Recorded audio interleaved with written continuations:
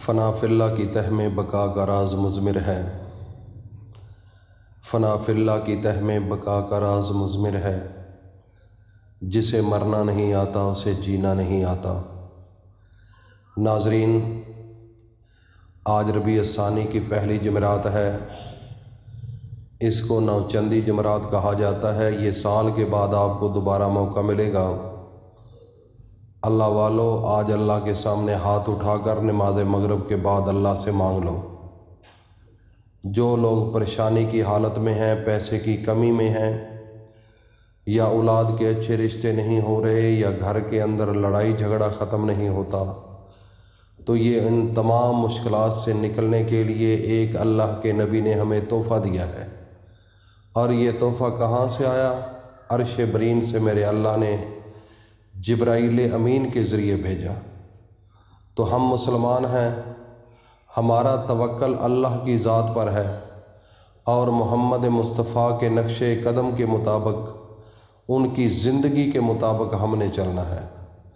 جو انسان یہ کہتا ہے کہ میں مسلمان ہوں، جس کے دل کے اندر ایمان کی ہلکی سی کرن ہے، تو وہ چاہیے اس کو کہ اللہ کے سامنے سر بسجود ہو اور آج اللہ سے مانگ لے، کیونکہ یہ موقع سال کے بعد دوبارہ ملے گا۔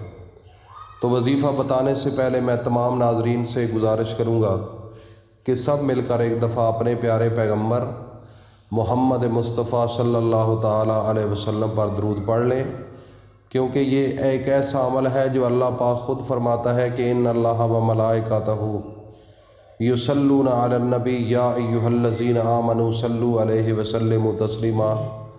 اللہ پاک فرماتے ہیں کہ میں خود بھی درود و سلام بھیجتا ہوں، میرے تمام ملائکہ بھی بھیجتے ہیں، اے ایمان والو تم بھی درود پڑھو۔ اس لیے سب مل کر ایک دفعہ درود پڑھتے ہیں۔ یہ ایک ایسا عمل ہے کہ فرشتے جب نیکی کرتے ہو تو نیکی لکھتے ہیں، جب بدی کرتے ہو تو بدی لکھتے ہیں، لیکن جب درود پڑھا جاتا ہے تو دونوں فرشتے لکھنا شروع کر دیتے ہیں۔ تو کسی نے پوچھا یا رسول اللہ کیا لکھنا شروع کر دیتے ہیں؟ ایک کی تو بات سمجھ میں آتی ہے کہ نیکیاں لکھ رہا ہے، دوسرا کیا لکھ رہا ہے؟ تو میرے نبی نے فرمایا کہ دوسرا آپ کے گناہوں کو مٹانا شروع کر دیتا ہے۔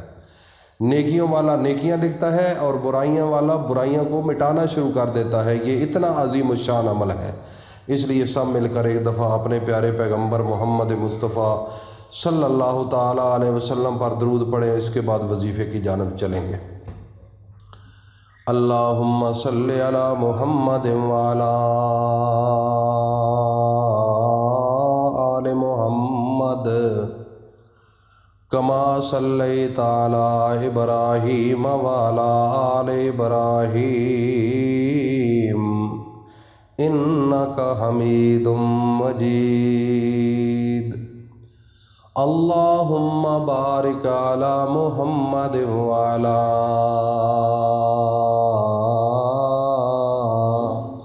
آل محمد کما بارکت علی ابراہیم وعلی آل ابراہیم انک حمید مجید۔ اللہ پاک ہمارا درود کا پڑھنا اور تمام امت مسلمہ کا درود کا سننا اپنی بارگاہ میں قبول فرمائے۔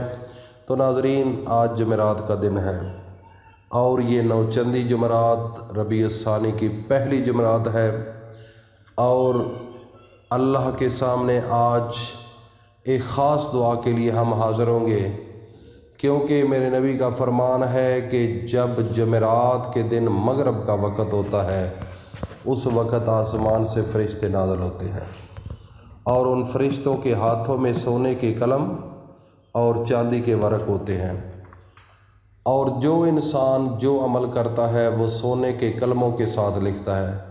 دیکھو نا، سونے کے قلم کتنی بڑی ایک چیز ہے۔ ہمارے ہاں تو سونے کی ہمارے ہاں تو اتنی پاور نہیں کہ ہم سونے کے قلم رکھیں، لیکن کئی ممالک کے پاس سونے کے قلم اور اس سے بڑی بڑی چیزیں بھی ہیں، یہاں تک کہ میں نے سنا ہے کہ لیٹرینیں بھی سونے کی بنی ہوئی ہیں۔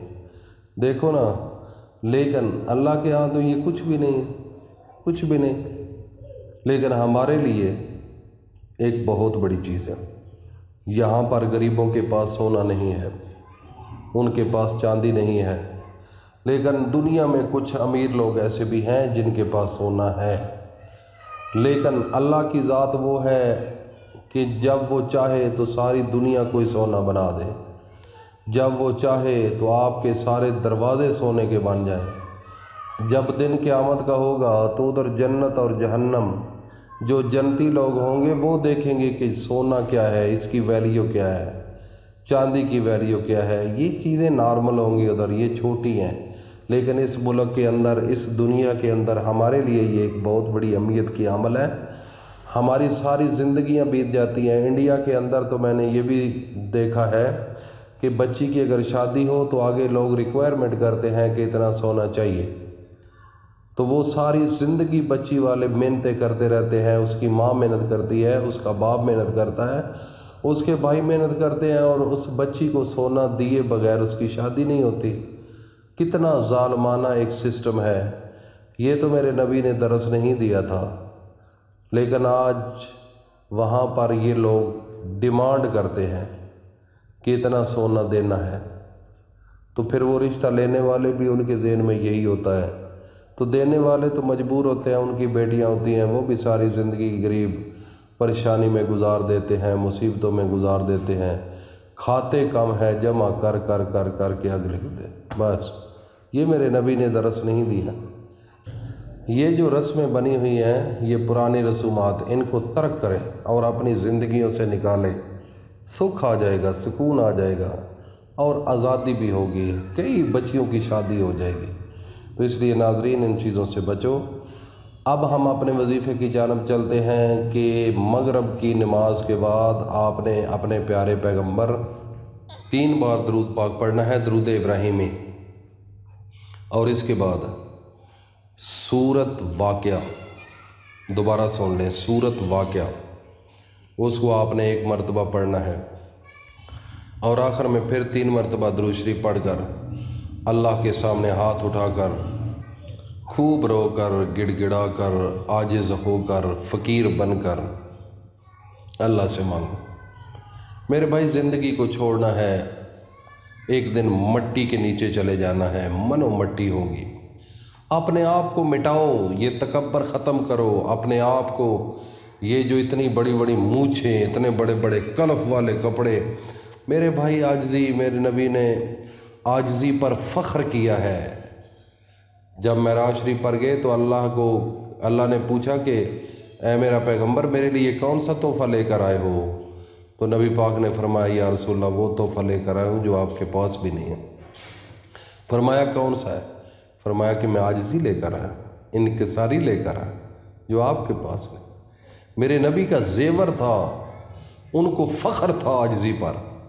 تو آج جو عاجز ہو تو لوگ کہتے ہیں کہ اس کو دنیا کا ہی نہیں پتہ۔ اس لیے میرے بھائی دنیا کہتی رہے، دنیا کی نہ سنو، آپ نے نبی کے فرمان کو سنو۔ زندگی کا سکون اسی میں ہے۔ اللہ حافظ۔